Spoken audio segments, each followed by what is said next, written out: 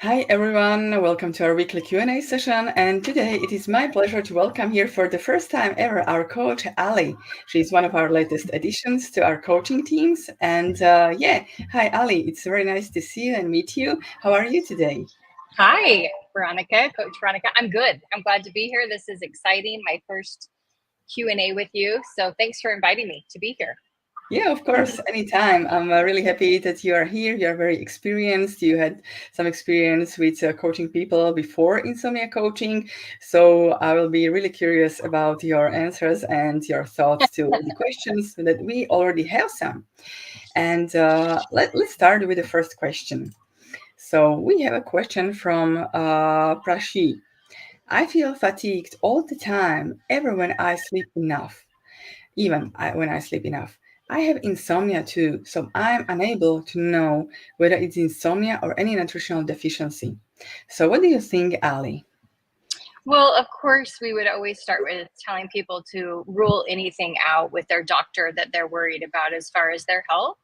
And then we would come back to that it is really, really normal and common to feel fatigued all the time when we're experiencing insomnia.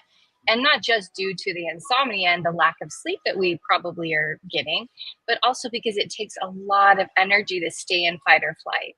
There's so much adrenaline and cortisol pumping through the system when we're in fight or flight, and that is an exhausting state to be in. And that's really what's happening when we're dealing with insomnia is we're in like a chronic state of fight or flight.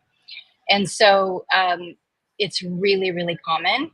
And once we start to work with the insomnia and start meeting that experience of the wakefulness in a new and different way, more accepting, like how we talk about befriending wakefulness, and that fear starts to come down and the hyperarousal starts to come down, then all of this starts to change, right? But it's not anything to be overly concerned about because it is really, really common and normal.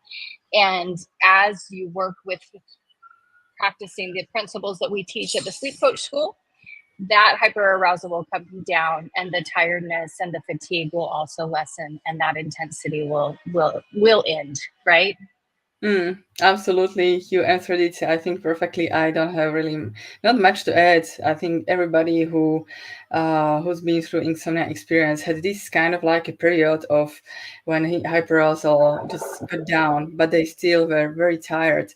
And Yes. tricky it becomes when you start to focus. Oh my goodness, I'm tired, and this is wrong. This shouldn't be happening. This is what can add some pressure, some more hyperarousal, and a little bit prolong this period when you feel really, really tired. So knowing this, just like you explained, Ali, that this is very normal. It is part of insomnia recovery, and basically normalizing this experience will lead towards again feeling like ourselves, feeling refreshed, and simply just living our lives like so happily and carelessly like before, right? Right, right. Which Okay. is hard to do when we're fatigued, but if we can allow it to be there and still move on with our lives as Mm, best we can and not make it this big, huge problem, because once we identify it as a problem, the brain does that as well, right? right. And so then it becomes a problem. So the less attention and focus and worry we give to it, the better it gets, right? Right, exactly. So thank you so much, Ellie. And now we have another question that we have from me and the other eye. How bad can hyperarousal prevent one from sleeping? I believe when we know what we are up against, it will be easier to let the worries go. But as confirmed by quite a number of sufferers, insomnia is scary. Days without sleep can make one shiver, dry your eyes out, etc. In short, it's devastating. This is why I think insomnia is so insidious. The reality of not sleeping is really frightening, and it's hard to convince myself otherwise.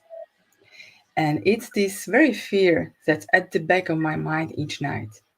Will I be able to overcome this hyper awareness and sleep tonight? Can anyone relate? Can you relate, Ali? Oh, certainly can. Yeah. I mean, that's the whole crux of insomnia, right? Is the Right. fear of being awake at night, and that fear that becomes so intense and so powerful, and that hyperarousal is what overrides our sleep drive, because we are tired, we are exhausted, we have plenty of sleep drive, but the one thing that can override the sleep drive is hyperarousal.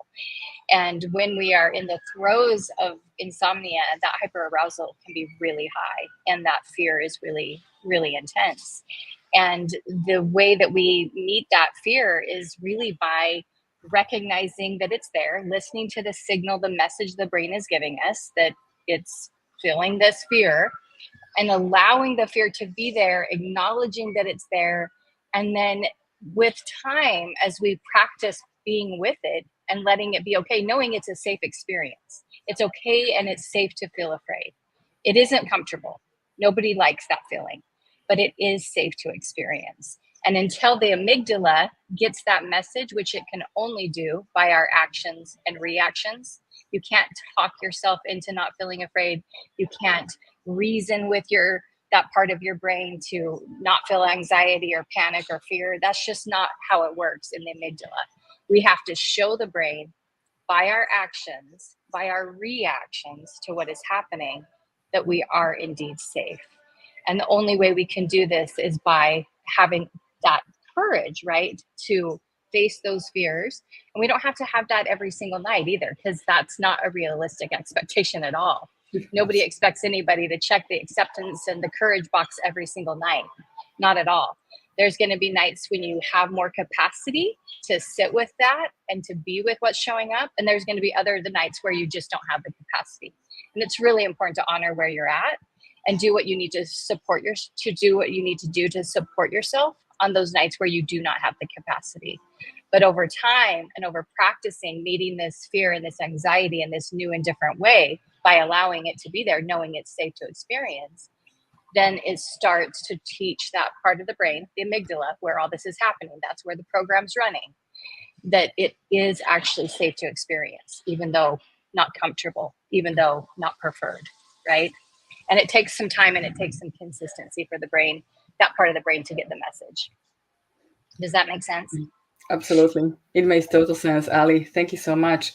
And it seems to me that I can't remember the name, but definitely it seems like you are new to Insomnia, new to our channel. So please spend some time watching the videos, getting the education, and Yeah. through understanding and demystifying all about insomnia, our reactions are not so strong, they are not so fearful. Our brain calms down when we understand what is going on, what is happening, why is it happening in the first place. That our brain is sending us this hyperarousal only because it loves us and wants to keep us safe, right? It's really hard to see this through this kind of filter, through the lenses of your brain. Like, my brain is trying to save me, but this is so uncomfortable. I hate it.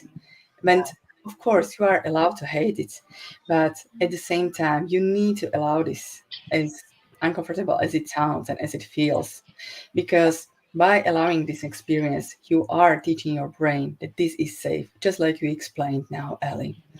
So I thank you for the question, and thank you for your answer, Ellie. Yeah. And right, we have a question from Mohammed El Faida. Hi, Mohammed. Hello. I have insomnia now for 2 months and 10 days. 2 months and 10 days. Weeks. I had one night sleeping 1 or 2 hours, and the other night I slept zero, and it was paradoxical. I guess paradoxical sleep. Now, after 1 month and a half, I sleep every day 3 hours. I don't have problems with falling asleep, but I have problem with staying asleep. I think that's it, and because I don't see any other comments, but yeah, so definitely the first thing that sparked my interest was like, okay, I have insomnia for 2 months and 10 days, right? So what does it suggest to you, Ali? Well, there's definitely an attachment to the timeline, right? Mm. To what's kind of happening there. And the brain has obviously identified this as a problem. So once that happens, once this individual has determined that it's not okay to be sleeping this little, because it's important to point out, for some people 3 4 5 hours is actually normal sleep, and it isn't a problem for them, and they live perfectly normal lives, and that is great. But and so that is not insomnia. Insomnia is when we have determined that that is a problem for us and that that's not acceptable, and so our brain identifies that as a threat, a life-threatening experience, perceiving that, and hence the hyperarousal, the anxiety, the panic, all the things that we experience, right, with insomnia. And so the whole process of developing insomnia is this conditioned fear response that happens over time, that happens as we respond to this situation, saying that it's not okay. I'm not okay to experience this, right?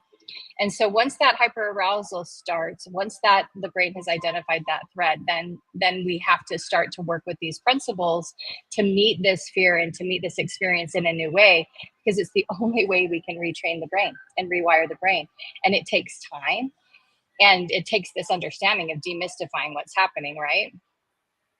And it's kind of tough, because we can understand this all intellectually, we can understand what our brain is doing, but we can't reason with the part of the brain that is continuing this circular experience for us, because it's become conditioned, right? An automatic response of the autonomic nervous system.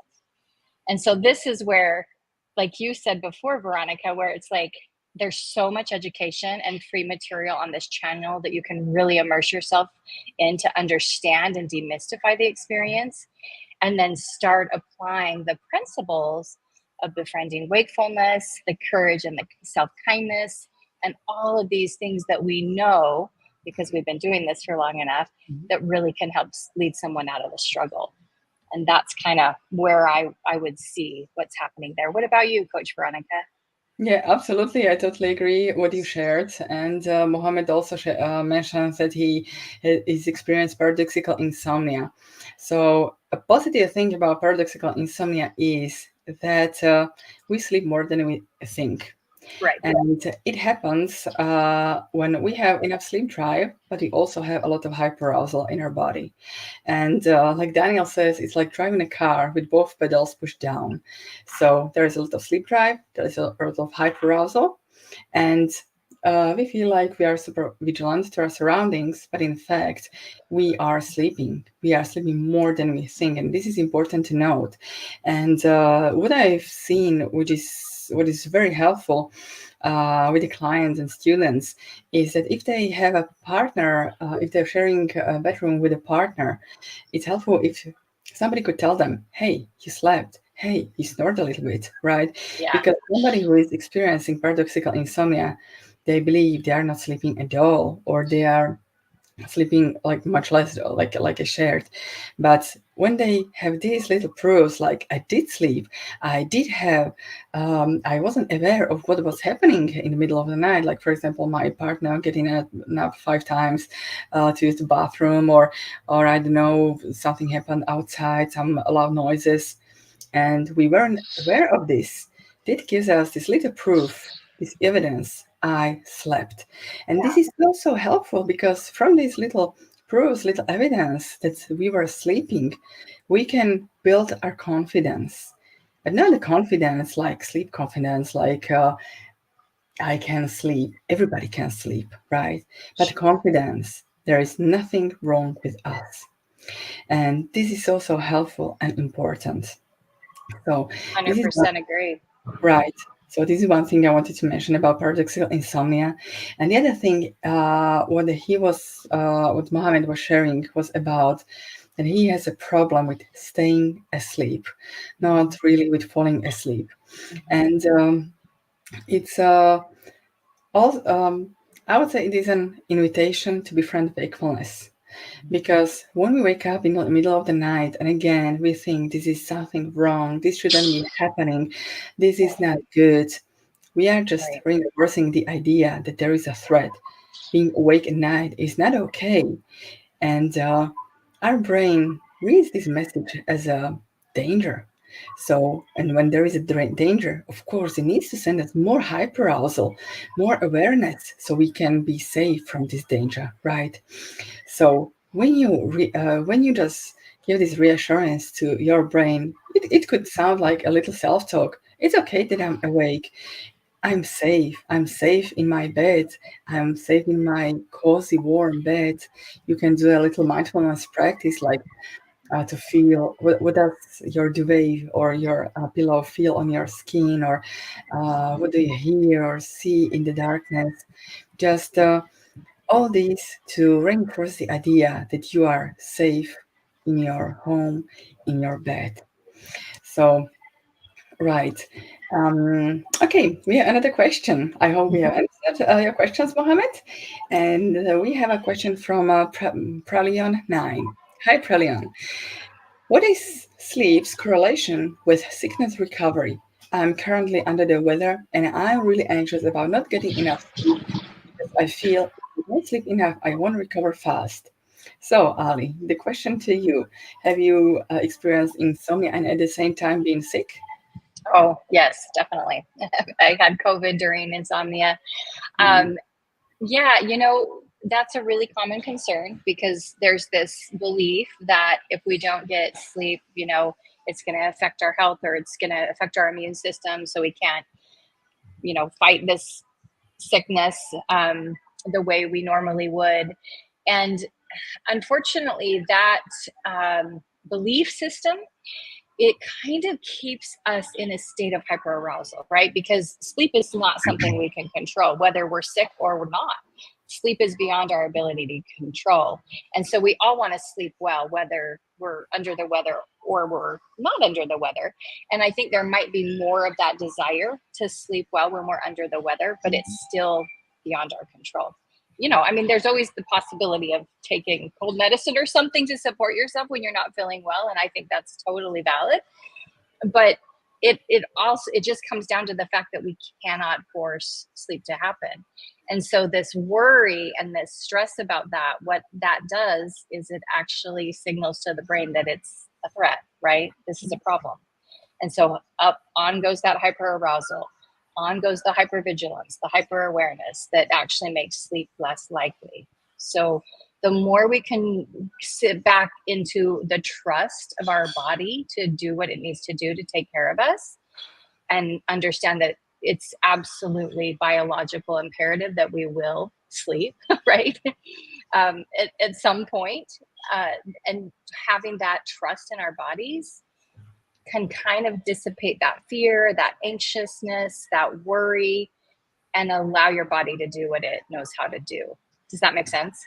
absolutely. I really love how you explained that you need to give back trust to your body. I think this is all about the insomnia recovery is all about giving back the trust to our bodies, because when we when we rely on the external things that they will make us sleep, they will make us feel better. It's we are losing uh, this trust, and then it is really hard for us to recover. But of course, we need this experience that we could have sleep, that we can recover. You can look at it.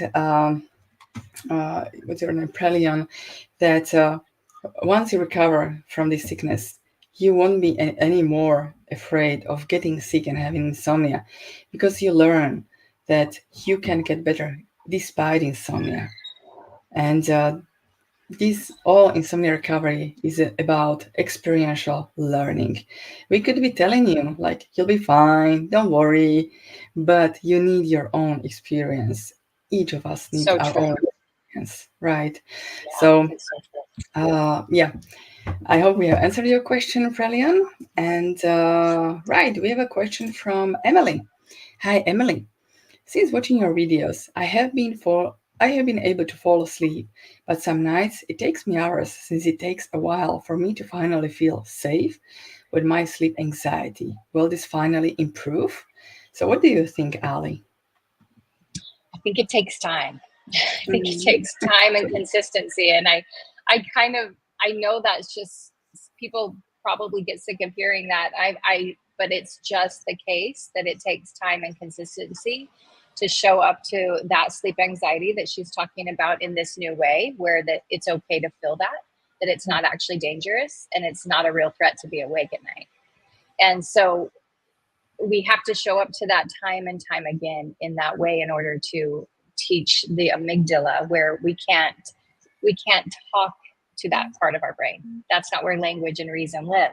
So that's what makes this a little bit more difficult, because it takes a lot of time to get into that part of the brain to get the message. So I would just say time and consistency. It's awesome that she's been watching the videos and demystifying the experience and able to apply the principles. And it sounds like that's been really beneficial. So I'm thrilled to hear that. And so I would just say, keep doing what you're doing. It sounds like it's helping. And, it will eventually the hyperarousal will keep coming down as we show up differently and rewire that part of the brain that's got that fear response going on repeat. Yeah, absolutely. Thank you, Ali. And we have a really nice thank you note from Pralian. You guys are the best. What you are doing to help people going through insomnia is more helpful than anyone could ever imagine. Truly blessings. Thank you so much. I'm really That's so glad it nice. resonates. So nice to hear that. Yeah. And we have a few comments from this person. And guys, I can't sleep right now. Help me. Give me tips. I need to sleep right now. If I had a magic wand, I would love to give you this relief and let you sleep. Unfortunately, there is no quick fix for insomnia. And the sooner you realize this, the easier it gets. It's, to overcome insomnia, you need to accept that some nights you will not sleep. And the most helpful would be to understand and befriend wakefulness. Some people are scared. What if I befriend wakefulness in some kind of enjoyable way, or I do something at night? I will lose hours of sleep. Yes, you might lose hours of sleep right now, but you are doing much more important work here. You are working on your fear of not sleeping. So, in the long term, this allows you to sleep peacefully eventually. So, stay on the channel, and I believe you will get to a spot where you will sleep peacefully again. We have a couple of more, and we maybe do one or two more questions, and before we wrap up. And we have a question from Himanshu. How to reduce fear of night approaching and feeling of not completing sleep, and why I feel more when I'm on a speed bump. So, what do you think, Ali? Why I feel more when I'm on Yeah. a bump? Yeah, those speed bumps, right? That's when the hyperarousal kind of spikes again, and Mm, where it's hard not to feel like we're back at square one. This is just such a common and normal experience when we go through a speed bump. But the truth is, the speed bumps, and this was always really maddening when I heard it from my coaches, but it turns out that it's really true, that the healing and the recovery really do happen in the speed bumps, mhm. because this is where the hyperarousal is spiking again, the anxiety is spiking again, and we have this opportunity to use all of these practices, principles that we've learned on how to respond differently and apply them, right? And this is our opportunity to really teach the brain that we are safe, we are okay. And it can feel scary, for sure, but we have to be able to be willing to tolerate some of this discomfort in order to show the brain that it's actually safe to be uncomfortable. It's actually safe to completely despise this experience, even, right?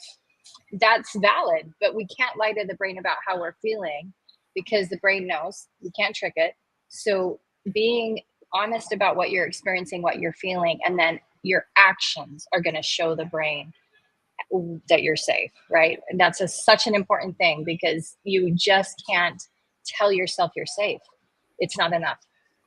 So you have to actually show the brain you're safe by doing some sort of an action, right? We talk about acceptance being an action word. It requires us to show this part of the brain somatically that we are indeed safe and we are indeed okay. And that can look so different for everybody, right? Everybody has a different way of approaching wakefulness and what we do Mhm. at that time. But once it just becomes time, it's not scary. It's just, oh, okay, I have some extra time. I'd rather be sleeping. I for sure prefer that. I'd for sure prefer that. But that's not what's happening right now. Mhm. So this is reality. Instead of arguing with my what's happening in my reality and trying to change it and force it to be what I want, because that's not productive, I'm going to take this time and I'm going to do something that can give me a little bit of peace of mind. Right. So for me, that was often listening to a podcast, listening to my book on tape, reading. Sometimes my eyes were just too tired to read a book. So those audible books and the podcasts, loved those. Sometimes just laying on the couch and watching a movie, you know, there's so many ways that we can do this, but it is important to show the brain you're safe by doing something that really gets that message to the deep part of the brain, the brainstem, that amygdala. Yeah, absolutely. I really like the part about that speed bump is an opportunity to teach the brain new things, because really our brain has to be active to show it that we can perceive it in a different way. And when the question why I feel more when I'm on a speed bump is basically that when we are in a speed bump, we again enter this fight or flight mode. And when we are in fight or flight, we feel differently, think differently, and everything seems to be worse. When we Yeah. don't sleep, it, basically every trigger, anything seems to be more amplified, right? Something Yes. that wouldn't bother us before, it feels like it's a huge obstacle or something unbearable. But this is so normal, Himanshu. You really there's nothing strange and unusual. And the more you normalize this, and the more self-kindness you can give yourself, the easier it gets for you. Yeah. So So true. One right. thing I might want to add there just really quick is that Yep. when we get into a speed bump, when that hyperarousal kind of comes back on, and it's almost like you can feel it happening, or at least I did, when that prefrontal cortex like goes offline. Right, Mhm. it's no longer, your rational mind is no Mhm. longer in charge. You can just Okay. feel that instinctual brain kind of take over, and Mhm. it's like, oh, it's such a bizarre feeling, right? Right. But Absolutely. that's like exactly what you said, that fight or flight is coming back on, and it's like offline, prefrontal Mhm. cortex offline, which is why we can't reason ourselves or talk our way out of this. We have to show the Right. brain. So yeah, really Yeah. good. Yeah, and I also like what you said, like, oh, I have some extra time here. What can I do now? Yeah, So I had yeah, to start looking at it that way, because it was like, yeah, well, this is happening. I can't fight it. I yeah, can't. absolutely. I can't force this. So Yeah, yeah. absolutely. It's like, yeah, absolutely. Yeah, I just totally agree. And okay, so shall we do one last? Sure. Okay, so there is a question from Kayur. Hi, hi Kayur. I have been having a problem with staying asleep for almost 3 months now. I'm trying to accept wakefulness, however, I experience a lot of racing thoughts. Any tips on dealing with these? And another part of the question also, is it okay to fall asleep early in front of the TV? And when awake at 3 in the morning, is it okay to just stay in bed and tell yourself it's okay to rest and relax?